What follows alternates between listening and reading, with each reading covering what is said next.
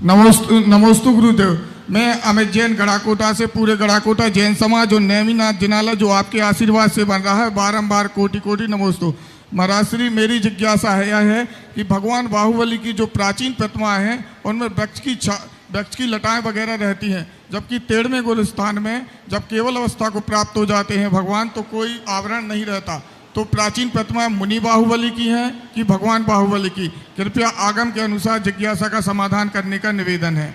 कोटि कोटि नमोस्तु। आगम के अनुसार जो बेलें हैं वो मुनि अवस्था की हैं, फन जो है मुनि अवस्था का है, लेकिन प्रतिष्ठा पाठों में ये बात आई है कि जो परिग्रह का रूप ना धारण करे और ऐसी घटना से उनकी महिमा और बढ़ती हो तो प्रतिमाओं पर फन और बेलें दिखाने में कोई आपत्ति नहीं है, क्योंकि बेलें यदि महाराज को लिपट गई तो उससे परिग्रह बढ़ रहा है कि उनकी महिमा बढ़ रही है।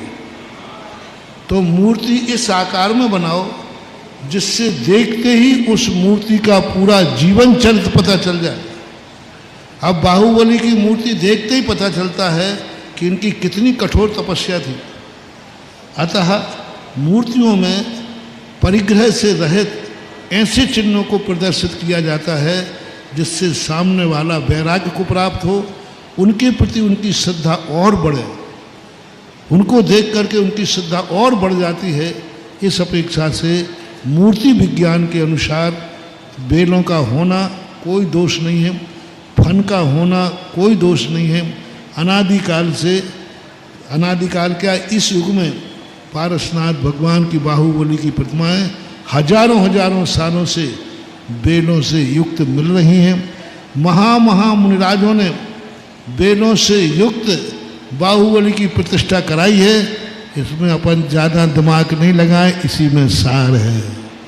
कमलेश जी, क्योंकि नेमीचंद जैसे आचार्य महाराज ने गोमटेश बाहुबली की मूर्ति बनाई, तब बेले बनाई कि नहीं?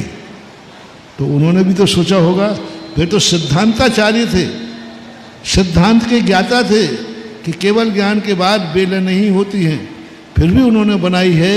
इसका बहुत बड़ा रहस्य है, फायदा है। कमलेश।